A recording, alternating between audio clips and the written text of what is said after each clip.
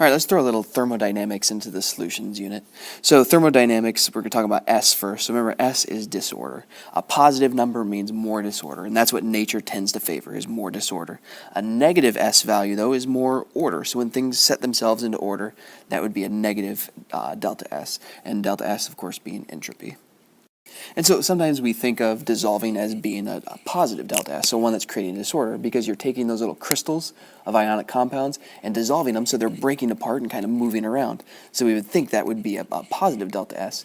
But in some cases, if we have two molecules that are smaller, two ions that are small but have large charges, so for example copper 2 plus and sulfur 2 minus, what happens then is they draw the water molecules towards them, and it stops the water molecules from really being able to move around so much. And so it's going to reduce then the entropy of the system because of the high attraction that those ions will have for water. It's going to reduce the overall disorder of the system. It's going to cause things to line up a little bit. So even though the entropy of the ions might increase because they're breaking apart from their crystalline structure, the overall enthalpy of the water is going to decrease by an even greater amount because you're taking more water molecules and then surrounding them three-dimensionally around each of those ions. And then there's delta G, which means spontaneity. So if it is a positive value, that means it is non-spontaneous, something that doesn't occur naturally.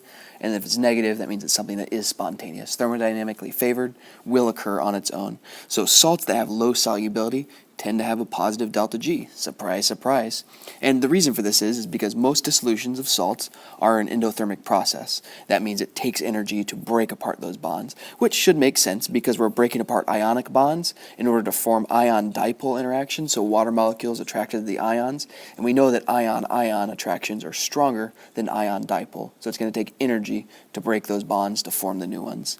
So then if delta H is greater than 0, which means it's endothermic in this case, and the delta S is less than 0, which means that it's creating disorder, then that process cannot be thermodynamically favored at any temperature. It doesn't matter. So in the case of an endothermic salt that creates a more disorder in the water, we're not going to have a thermodynamically favored salt, which means it's not soluble in water. Also, if K is less than 1, so the equilibrium, the solubility product constant, is less than 1, that also means that delta G is positive. And we can also predict solubility using the product constant, or the quotient. So Q, again, is what the initial concentrations are plugged into the equilibrium question. So we do KSP, but instead of doing the equilibrium concentrations, we would do the beginning concentration, so before it's had time to dissolve.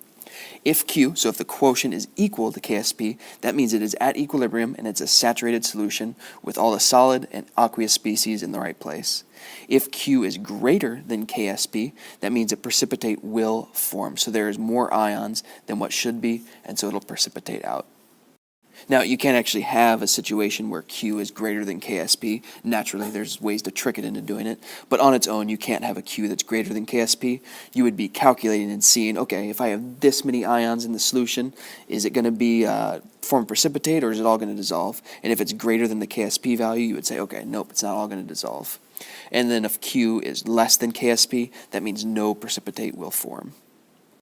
And that's because it's unsaturated, so there's not enough. You can add some more ions in there, and it would dissolve up to a point. So let's look at two practice examples then. First off, it's just a question about lead chloride, lead 2 chloride, and it's telling us to find the KSP for a saturated solution if the concentration of the chloride ions is found to be 0.0325 molar. Then the second one gives us some conditions, wants us to determine whether or not a precipitate will form, or if it's an unsaturated solution or a saturated solution. Alright, so for part A, let's shrink this down so we can have some room. We got to find the KSP, and so KSP for this particular reaction, since it is PbCl2 equilibrium with Pb2 plus and then 2 Cl minuses, that means KSP is going to be the concentration of Pb2 plus times the concentration of Cl minus squared. And written with the molar solubility factor, it would be S times 2S squared. The 2S being because for every one lead that we make, we'll form 2 chlorides. And we were given the concentration of the chloride ions, and we were told that it's 0.0325. So we know that then that the concentration of Cl minus is 0.0325 molar, and we also know that it's equal to, as we can see in our KSP equation, 2S. And so since we know what 2S is then, we can plug it in right there. And if we know 2S, we can find 1S, because 1S would just be half of this. So to find the concentration of Pb2+, it would just be half of that value right there. So we can plug those values in to get our KSP. You notice here on the chloride ions, we don't need to double that number because it's already 2S, but we do still need to square it because it's 2S squared. And so then our KSP, when we calculate this out, turns out to be 1.72 times 10 to the negative third. I'm sorry, that's negative fifth. Part B is a little bit more complicated. So in this case, we're mixing two soluble solutions, sodium chloride and lead nitrate. Those won't form a precipitate until they get really, really high in concentrations. But if we mix them together, we see that we have sodium in there and nitrate in there. Both of those are always soluble. All right, group 1 metal, nitrates, constantly soluble, but we do see that we have an Na+, or I'm sorry, a Cl- and a Pb+. And so what that's going to end up forming then is going to be Pb2+ plus Cl-, and it's going to make that PbCl2 that we just talked about, the solid. And so that solid's going to have a slight solubility in water, and if the concentration is high enough, when we mix these two solutions together, we'll form a solid. So we are going to have to use the Q value. We'll use the Q value to determine if it's less than the KSP that we just found, and we saw in the last slide that KSP, and that was equal to 1.72 times 10 to the negative fifth. And so we can use that value. It's the value we calculated ahead of time. So the instantaneous temptation here is then to find the concentration of Pb2+ and the concentration of Cl- in those two solutions, plug it into the Q equation, and see how that matches up with our KSP value. You cannot do that, though, because when we mix these two solutions, the concentrations will no longer be the same. If we have 200 milliliters of that guy and 100 milliliters of that guy, when we mix them together, we're going to have 300 milliliters. And if we have 300 milliliters, we're going to have a different concentration.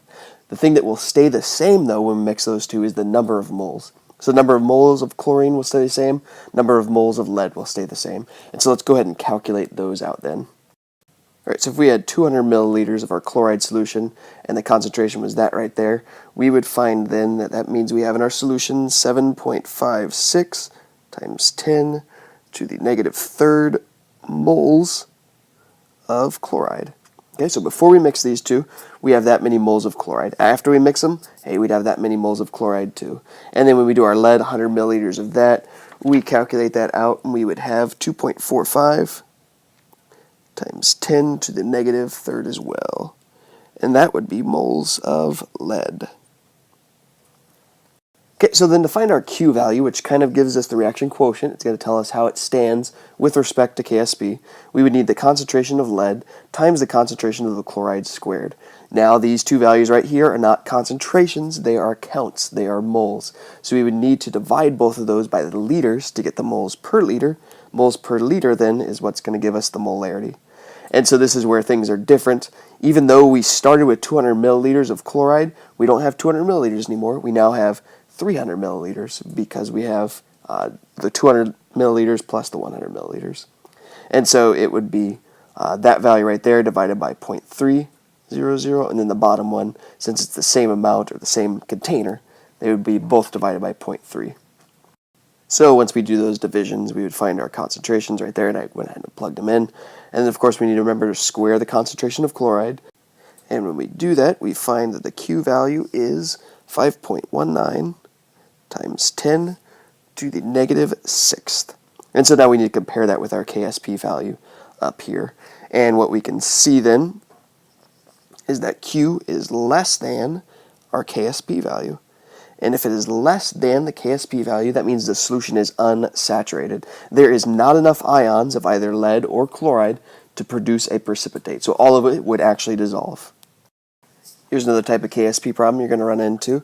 So this one talks about sodium hydroxide that we're slowly pouring into a beaker containing calcium nitrate and iron nitrate. Now both of those will form an insoluble compound with hydroxide, calcium hydroxide and iron hydroxide. So we have a lower concentration of calcium nitrate and a higher concentration of iron nitrate, And here's the KSP values for both those insoluble substances. Question wants to know which precipitate will form first. So they're not both going to happen at the same time. If we're pouring it in there really, really slowly, we will form either calcium hydroxide or iron hydroxide first. Now, we're going to do some playing with KSP to calculate this one out. And so what they're both going to have in common is the hydroxide. So let's find out which one needs a lower concentration of hydroxides in order to hit its saturation point, which would be KSP. So for the calcium hydroxide, in order to figure out how much is going to be required, how much hydroxide is required, we'll just take the KSP equation, we'll rearrange it to solve for hydroxide. And if we look in the question, then we can see the concentration of calcium nitrate right there. So if that's a concentration of calcium nitrate, it's going to be the concentration of calcium and nitrate as well. So we could take that 0.14 and plug it in right here for calcium. KSP value, it's written down there. So we can plug those two values in. I'll let you do that on your own if you want.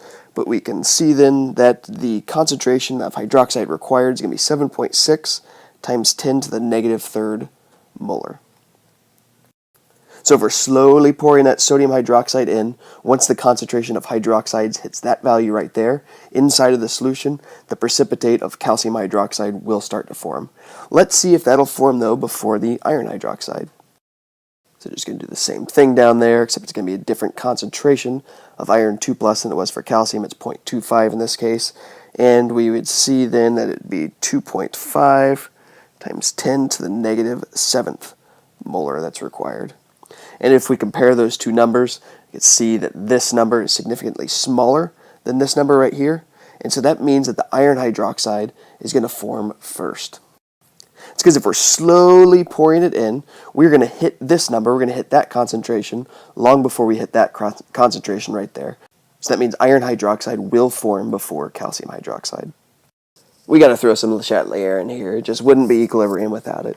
So there's what's called the common ion effect, which is just another term for Le Chatelier. And what it's saying is if you have a solution that's at equilibrium, which means it's saturated, and you have these ions that are in there, if you add a completely soluble salt to it that contains a common ion with your insoluble substance, it's going to shift equilibrium. So sodium chloride, for example, in a solution of lead chloride. Lead chloride, mostly insoluble, but there's going to be a small amount of lead and chloride inside of the solution. If we add sodium chloride, which is completely soluble, it's going to dissociate into Na+ and Cl-. Since we are adding Cl- to the solution, what do you know? There's Cl- right there. And so what does the system do at equilibrium? If we add a stress or if we add more of something else, it shifts away from that stress. And so by adding those Cl-, it's going to cause equilibrium to shift this way. And if you see, it's shifting towards the solid. So that means you're going to form more precipitate. So as a result, the concentration of lead inside of the solution would also decrease. Just by adding the chlorides, we're going to decrease the concentration of Pb2+, and we're going to increase the amount of solid that's at the bottom. And this can also happen with salts that aren't 100% soluble. Something like silver chloride, which is mostly insoluble, but it does have a KSP value that's a little bit higher than normal. And so when we mix these two together, well, they both got the chlorides in common, so it's going to cause both of them to shift to the left. So as a result, we won't get much solubility from either one of those. So the concentration of both silver and lead would go down.